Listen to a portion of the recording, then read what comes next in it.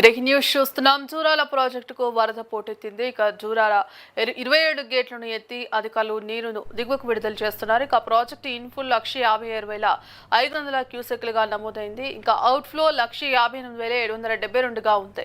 ప్రస్తుతం నీటి మట్టం 317.33 మీటర్లకు చేరింది. ఇక పూర్తి స్థాయి నీటి మట్టం 318.516 మీటర్లకు చేరుకుంది. 11 యూనిట్లలో 434 మెగావాట్ల విద్యుత్ ఉత్పత్తి కొనసాగుతోంది. ఇదే అంశానికి సంబంధించి కంప్లీట్ అప్డేట్స్ మా ప్రతినిధి మణికంఠ ఫోన్ ద్వారా అందిస్తారు. ఎస్ మణికంఠ. జూరాల ప్రాజెక్టు ఎట్టకేలకు వరద నీరు అయితే పోటెత్తింది. దీంతో గేట్లను ఎత్తి నీటి అయితే దిగువ చేస్తున్నారు. ప్రస్తుతానికి 27 గేట్లు ఎత్తి వరద నీటి కూడా దిగువ చేస్తున్నారు. ప్రస్తుతం జూరాల ప్రాజెక్టు దగ్గర 1,58,000 క్యూసెక్ల ఇన్ఫ్లో నమోదవుతుండగా అవుట్ఫ్లో 1,57,572 క్యూసెక్లుగా నమోదవుతున్నటువంటి పరిస్థితి ఉంది.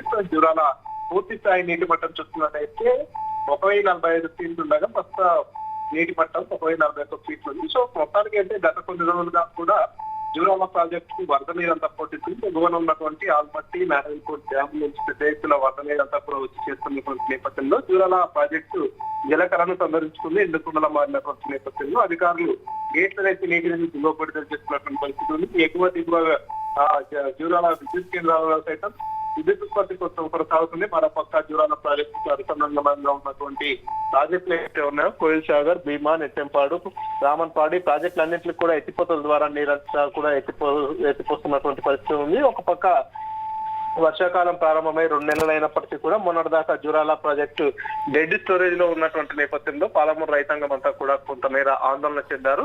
ఒక్కసారిగా వరద నీరు పోటెత్తినటువంటి నేపథ్యంలో ప్రస్తుతం జూరాల ప్రాజెక్టు నిండుగుండలా మారిన నేపథ్యంలో రైతాంగం అంతా కూడా హర్షం వ్యక్తం చేస్తున్నటువంటి పరిస్థితి ఉంది. మరోపక్క వరద నీరు అంతా కూడా క్రమంగా పెరుగుతున్నటువంటి నేపథ్యంలో మళ్ళీ వరద పోటెత్తితే మరిన్ని గేట్లను కూడా ఎత్తి నీటిని దిగువ విడుదల చేస్తామంటూ కూడా అధికారులు తెలియజేస్తున్నటువంటి పరిస్థితి ఉంది. పూర్తిగా ఏదైతే ఎలినో ప్రభావం ఉన్నటువంటి నేపథ్యంలో ఏదైతే వరద జలాలను పూర్తిగా జిల్లాకు అవసరాలకు మేరకు ఆపుకోవాలనేటటువంటి ఆలోచనలు కూడా జిల్లా అధికార యంత్రాంగం ఉందని చెప్పవచ్చు. ఎందుకంటే వర్షాభావ పరిస్థితులు ఏర్పడుతున్నాయి. వర్షాలు తగ్గుముఖం పట్టినటువంటి నేపథ్యంలో ఎలినో కారణంగా రైతాంగం అంతా కూడా ఇబ్బందులు పడేటటువంటి అవకాశం ఉందంటూ కూడా ఇప్పటికే వాతావరణ శాఖ హెచ్చరికలు జారీ చేస్తున్నటువంటి నేపథ్యంలో ఇప్పుడు వచ్చినటువంటి వరద నీరంతా కూడా ఒడిసి పడుతున్నటువంటి పరిస్థితి ఉంది.